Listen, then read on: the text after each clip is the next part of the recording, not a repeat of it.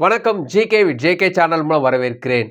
ஏகப்பட்ட கடன் இருக்கிறவங்க, அந்த கடன்லேருந்து வெளிய வரதுக்காக அவங்க எவ்வளோ முயற்சி செஞ்சாலும், ஏதாவது ஒரு தடை வந்துகிட்டே தான் இருக்கும். அதாவது அவங்களுக்குள்ளே இருக்கக்கூடிய ஒரு பெரிய பிரச்சனை என்னன்னு பார்த்தீங்கன்னா, உதாரணத்துக்கு அவர் வாங்கக்கூடிய 15,000 தான் சம்பளம். ஆனா இருக்கிறது ரூ. 5,00,000 கடன். நம்ம என்ன பண்ணுறது ஒரு சந்தேகம் வந்துட்டே இருக்கும். அதே நேரத்தில நம்ம பெருசா படிக்கலையே, நம்ம படிச்சிருந்தா கூட ஏதாவது ஒண்ணு வேலை பண்ணி ஒரு சைட் பிசினஸ் ஏதாவது பண்ணி வேலை வந்திருக்கலாம். பெருசா படிக்கலையே, இந்த கடன் எப்படி அடைக்கிறது? இது ஒரு விஷயம். ஒரு சிலருக்கு பார்த்தீங்கன்னா, நமக்கு பெருசா பேக்ரவுண்ட் இல்ல. அப்பா, அம்மா எதுவுமே சேர்த்து வைக்கல. நமக்கு கொடுத்து உதவுறதுக்கு யாரும் இல்ல. இந்த கடன் பிரச்சனை எப்படி அடையும்? இதெல்லாம் அவங்க மனசுக்குள்ள ஓடிட்டு இருக்கக்கூடிய விஷயங்கள். அதே நேரத்தில இந்த பிரச்சனையிலேருந்து வெளிய வரதுக்கான சூழ்நிலைலாம் அவங்ககிட்ட இருக்கும். முயற்சி செய்வாங்க. ஆனா ஏதோ ஒரு தடை வந்து நிக்கும்.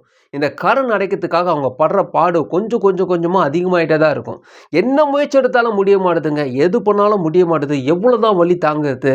இதுக்கு மேல முடியலங்க. அப்படி ஒரு சூழ்நிலை இருந்தீங்கன்னா, இந்த வீடியோ உங்களுக்கான ஒரு வீடியோ. ஒரு ஊர்ல ஒரு விவசாயி தன்னுடைய விதைகளை விதைக்கிறதுக்கு முன்பாக அந்த விதைகளை வந்து அவங்க பையன்கிட்ட கொடுத்துட்டு, "போய் விதைச்சிட்டு வாப்பா" சொல்லிட்டு அவர் ஊருக்கு போயிட்டாராம்.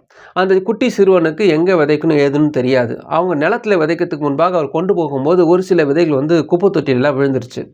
இந்த குப்பை தொட்டியில விழுந்த விதைகள் வந்து பார்த்தீங்கன்னா, சிலது செத்து போச்சு. சிலது வந்து அப்படியே ஒரு ஓரமா போய் காத்தடிச்சு ஓரத்துல நிக்க ஆரம்பிச்சுருச்சு.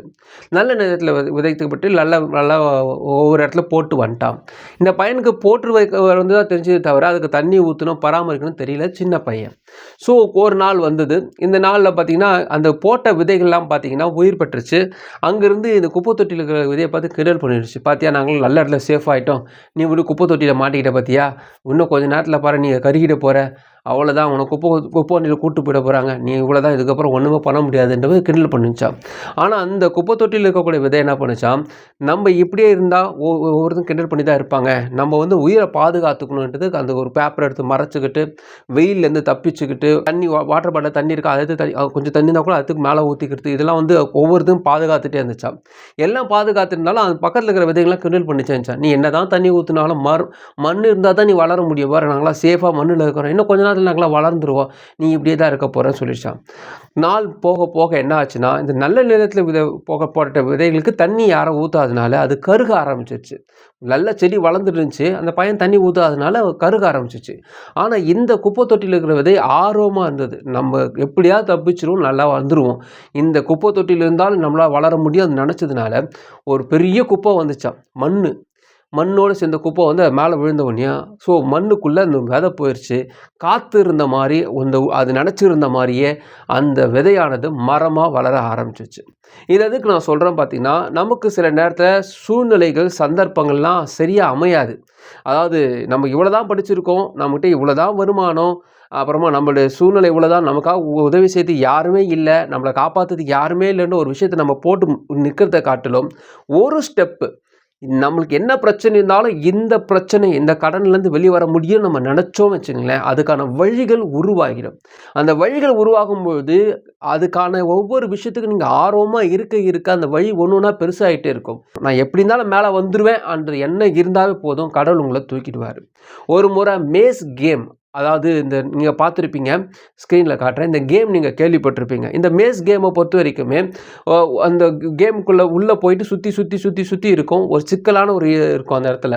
வழியெல்லாம் ஒவ்வொரு இடத்துல அடப்பட்டிருக்கும். அந்த கேமில் ஒரு பக்கம் போயிட்டு அடுத்த பக்கம் வெளியே வரவங்களுக்கு வெற்றியாளர்கள். ஸோ அப்படி இருக்கும் பொழுது அதில் என்ன ஒரு கண்டிஷன் பார்த்தீங்கன்னா, அப்பா பசங்க கலந்துக்கலாம்.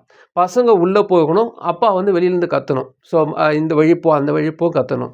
இதில் கவனிக்க வேண்டிய விஷயம் என்னென்னு பார்த்தீங்கன்னா, இதன் இடையில் அவர் சொல்கிறது இந்த பையன் கேட்கக்கூடாது என்பதற்காகவே நிறைய பேர் கை தட்டுவாங்க, வேணுன்ட்டே வந்து சத்தம்லாம் போடுவாங்க, ட்ரம்ஸ் வாசிப்பாங்க, எல்லாம் பண்ணுவாங்க.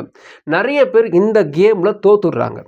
அதில் சேர்ந்து கொண்ட நிறைய பேர் வந்து அவங்க அப்பா சொல்கிறத காது கேட்க முடியாமல் தோத்துடுறாங்க. ஆனால் ஒரு பையன் மட்டும் பார்த்தீங்கன்னா அதில் வின் பண்ணுறான். அவங்க அப்பா இத்தனைக்கும் எதுவுமே பேசல, அவர் பாட்டு அமைதியாக உட்காந்துட்டு இருக்காரு. அந்த பையன் போகிறான், அழகாக அந்த மேஸ் கேமில் ஒவ்வொரு ஸ்டெப்பாக போகிறான். சில இடத்துலாம் புரியாத நேரத்தில் வெயிட் பண்ணி அப்புறமா ஒன்றுனா போட்டு முடிச்சிடுறான், வெளியே வந்துடுறான். வெற்றி பெற்று வெளியே வரும்போது நிறைய பேர் கேட்குறாங்க, எப்படிப்பா உங்கள் அப்பா உங்களுக்கு இன்ஸ்ட்ரக்ஷனும் கொடுக்கல, இவங்களும் உங்களை டைவர்ட் பண்ணிகிட்டே இருக்கிறாங்க, எப்படி இந்த மேஸ் கேமில் இங்கேருந்து அவ்வளோ தூரம் வந்து இவ்வளோ குறிப்பிட்ட நேரத்தில் வர முடிஞ்சுது அப்படி கேட்கும்பொழுது, இந்த மேஸ் கேம் துவங்கத்துக்கு முன்பாகவே எங்கள் அப்பா சில இன்ஸ்ட்ரக்ஷன் கொடுத்துருந்தாரு. அதாவது நம்ம நல்ல வழியில் போயிட்டு இருக்கோம்னா யாருமே வந்து பார்த்திங்கன்னா டிஸ்ட்ராக்ஷன் பண்ணுற மாதிரி ஏதாவது சத்தம் போட்டு டிஸ்டர்ப் பண்ணிகிட்டே இருப்பாங்க. இதுவே நீங்கள் தப்பான வழி போனால் எல்லாரும் அமைதியாக இருப்பாங்க. இதுதான் உன்னுடைய பாயிண்ட்டு. ஒரு வேளை நீ தவறான ஒரு வழியில் போகும்போது சத்தம் இல்லாமல் அமைதியாக இருந்துச்சுன்னா நீ தப்பாக போயிருக்கிறன்னு முடிவு பண்ணிக்க.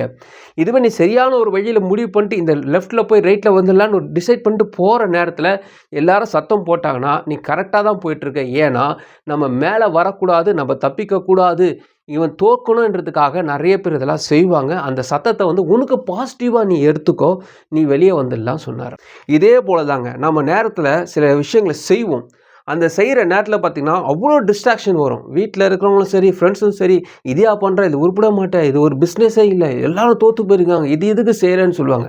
ஆனால் நீங்கள் எந்த பிஸ்னஸ் பார்க்காம சும்மா கல் மாதிரி நில்லுங்களேன், இவன் ஒன்றுத்துக்கு லாயிலான்ட்டு உன்னை கண்டுக்க மாட்டாங்க. நம்ம உயர்வில் கொஞ்சம் முன்னாடி போய் 10 ரூபா சம்பாரிச்சிட்டு வச்சுங்களேன், அவங்களுக்கு கண்ணு பொறுக்காது. ஏதாவது ஒரு மிமிஸ் போடுவாங்க, ஏதாவது ஒரு ஸ்டேட்டஸில் போடுவாங்க, ஏதாவது ஒரு ஃபோன் பண்ணுவாங்க, யார்கிட்ட சொல்லி நம்மளை பற்றி கண்டதே சொல்லுவாங்க. இதெல்லாம் சொல்லும்போது நீங்கள் என்ன எடுத்துக்கணும்னா, நீங்கள் சரியான வழி தான் தேர்ந்தெடுத்துருக்கீங்கன்ட்டு அந்த வழியிலே போக பார்க்கணும். நம்ம என்ன பண்ணுவோம், ஐயோ இப்படி ஆகிடுமோன்னு நினைக்கிறோம். அது மாதிரி நினைக்கக்கூடாது. நம்ம எந்த வழியில் போகிறோமோ அந்த வழியில் போங்க. ஆனால் இது போல் போகிறேங்க, இப்போ பார்த்தீங்கன்னா இருக்கக்கூடிய கடன் பிரச்சனை இல்லை, என்னால் தெளிவாகவே முடிவெடுக்க முடியலைங்க.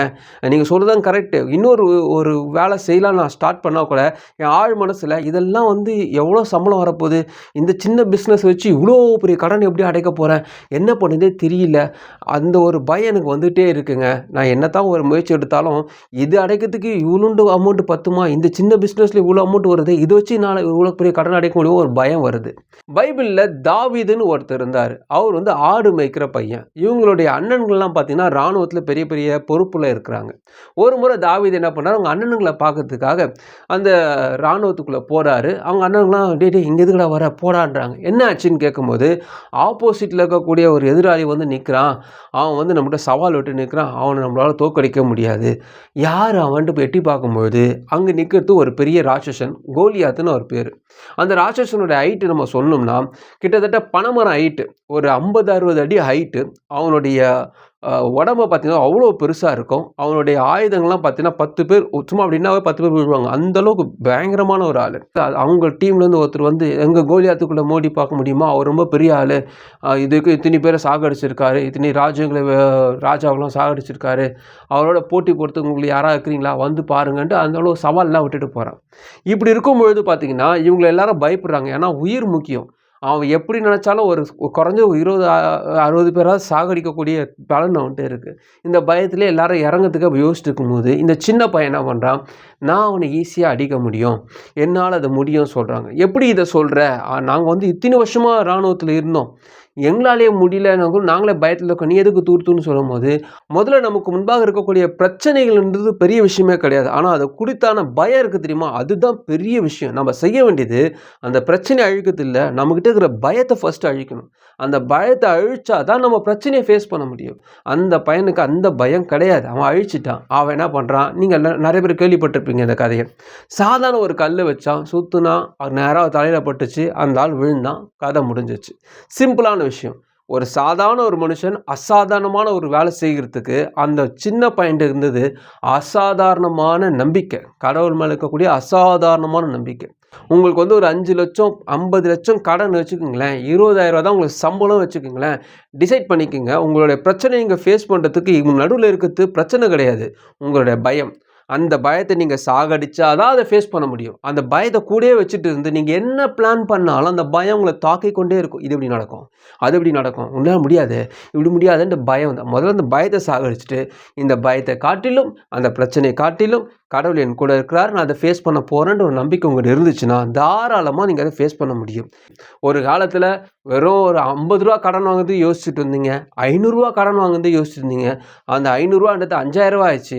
5000 ரூபாவும் உங்களால் சமாளிக்க முடிஞ்சுது, 50,000 ரூபாய்க்கும் சம்பாதிக்க முடிஞ்சுது, 5 லட்சம் ரூபாவும் சம்பாதிக்க முடிஞ்சுது. இப்போ 50,000 ரூபா அவ்வளோதான், அமௌண்ட்டு தான் பெருசாக இருக்குது, மற்றபடி சமாளிக்கக்கூடிய திறன் உங்கள்கிட்ட அப்படியே தான் இருக்குது. அதனால் சமாளிக்க உங்களால் முடியும், இந்த பிரச்சனைலேருந்து வெளியே வர முடியும்.